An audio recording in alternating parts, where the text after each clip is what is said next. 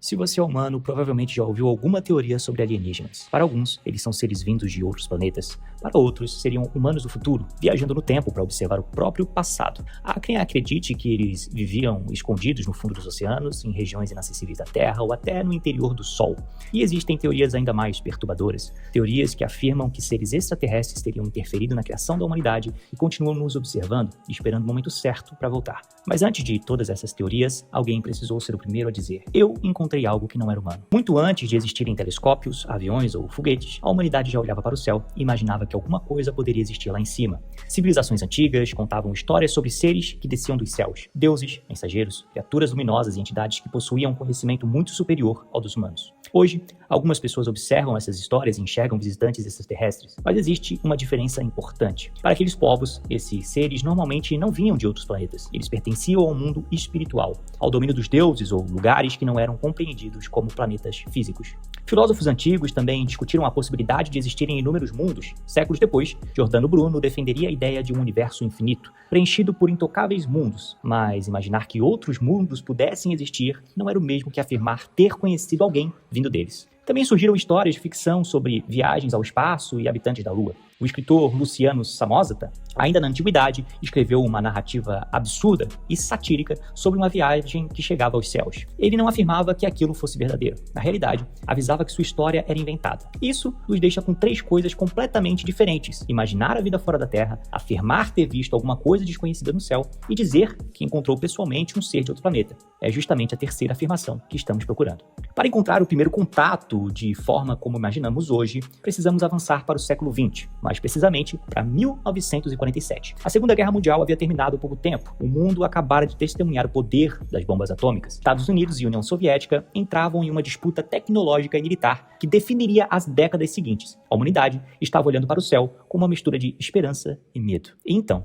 em 24 de junho de 47, um piloto chamado Kenneth Arnold estava voando próximo ao Monte Rainier, nos Estados Unidos. Arnold afirmou ter visto 9 objetos brilhantes voando em formação e se movimentando em enorme velocidade. Ao descrever a maneira como se moviam, comparou o movimento de um pires saltando sobre as águas. A imprensa transformou aquela descrição na expressão que entraria definitivamente para a cultura popular: discos voadores. Depois da história de Arnold, relatos começaram a aparecer em diferentes partes dos Estados Unidos. Pessoas afirmavam ver luzes, discos, objetos metálicos e movimentos impossíveis no céu. Poucas semanas depois, o caso Roswell colocaria os discos voadores no centro de uma das maiores teorias de conspiração da história. Mas havia uma coisa que ainda faltava. Arnold afirmou ter visto objetos. Roswell envolvia a queda de alguma coisa desconhecida. Nenhum desses casos começou com uma conversa frente a frente entre o humano e um extraterrestre. Para isso, precisaríamos esperar mais 5 anos. Seu nome era George Adamski. Ele havia nascido na Europa em 1891, mas cresceu nos Estados Unidos. Na década de 1950, vivia na Califórnia e trabalhava em um pequeno estabelecimento próximo ao Observatório de Monte Palomar. O lugar era frequentado por turistas, curiosos e pessoas interessadas em astronomia. Mas Adamski não era um astrônomo. Ele já havia se envolvido com movimentos espiritualistas e criado uma organização chamada Ordem Real do Tibete. Antes mesmo do suposto contato, dizia observar objetos estranhos no céu e afirmava ter fotografado discos voadores. Para seus seguidores, ele estava reunindo provas. Para seus críticos, estava preparando o terreno para a história que o tornaria conhecido no mundo inteiro. Essa história começaria em 20 de novembro de 1952. Naquele dia, Adamski viajou com um grupo de desconhecidos por uma região desértica, próxima a Desert Center, na Califórnia. Segundo seu relato, eles procuravam discos voadores. Em determinado momento, o grupo teria visto no céu um enorme objeto em formato de charuto. Adamski acreditou que o objeto estava procurando por ele. Por isso, pediu que seus companheiros permanecessem afastados e entrou sozinho no deserto. Pouco depois, uma nave menor teria descido e pousado nas extremidades. De dentro dela, surgiu uma figura com aparência humana. Adamski a descreveu como um homem de estatura média, pele bronzeada, rosto jovem e cabelos longos e claros. Ele não usava capacete, não vestia traje espacial e não se parecia com um alienígena de cabeça grande e pele cinzenta que tornaria popular nas décadas depois. Parecia quase humano. Adamski passou a chamá-lo de Orton e afirmou que ele vinha de Vênus. Os dois não teriam conversado normalmente. Segundo Adamski, a comunicação aconteceu por meio de gestos, expressões, desenho e uma espécie de telepatia. O visitante teria demonstrado preocupação com o desenvolvimento das armas nucleares. A humanidade estaria criando uma ameaça, não apenas para si, mas para os outros mundos. O suposto venusiano também teria permitido que Adamski observasse sua nave de perto. Depois do encontro, o objeto partiu e desapareceu no céu. Os companheiros de Adamski estavam longe demais para ouvir qualquer conversa. Alguns afirmaram que conseguiram observar uma figura próxima a ele, mas quem realmente teria visto o visitante de perto era apenas Adamski, e isso criava um problema que acompanharia toda a história. Tudo dependia da palavra de um único homem. Adamski não apresentou o corpo de uma criatura, uma peça da nave ou qualquer material que pudesse ser confirmado como extraterrestre, mas apresentou fotografias. As imagens mostram um objeto circular com uma estrutura na parte superior de 3 formas arredondadas na parte inferior.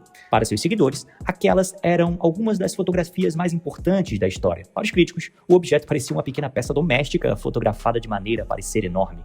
Ao longo dos anos, diferentes pessoas compararam a suposta nave a luminárias, equipamentos e partes de uma incubadora.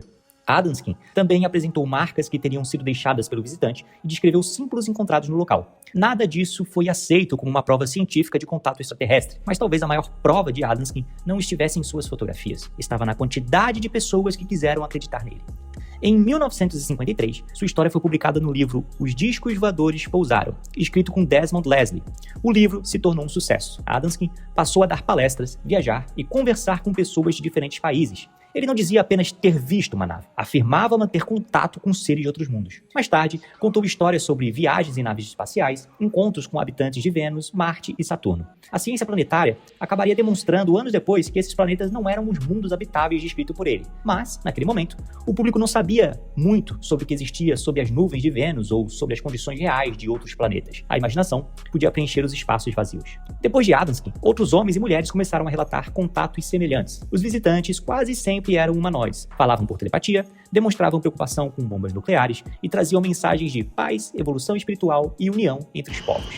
Apenas que você conhece. George Adamski não foi necessariamente o primeiro ser humano da história a alegar contato com habitantes de outros mundos. Relatos espirituais, histórias de jornais e narrativas anteriores tornam impossível entregar esse título a uma única pessoa, mas foi ele o primeiro grande contato da era dos discos voadores. O homem que transformou uma alegação pessoal em um fenômeno mundial.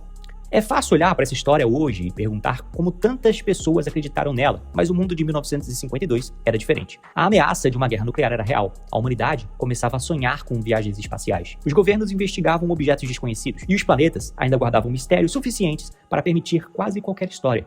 Os alienígenas de Adamski não chegaram querendo destruir cidades, eles vieram alertar a humanidade sobre aquilo que ela estava fazendo consigo mesma. Talvez tenha sido a verdadeira razão para sua história se espalhar. Orton podia ser um visitante de Vênus, mas sua mensagem era completamente terrestre. Ele carregava os medos, as esperanças e as preocupações das pessoas que viviam durante a Guerra Fria.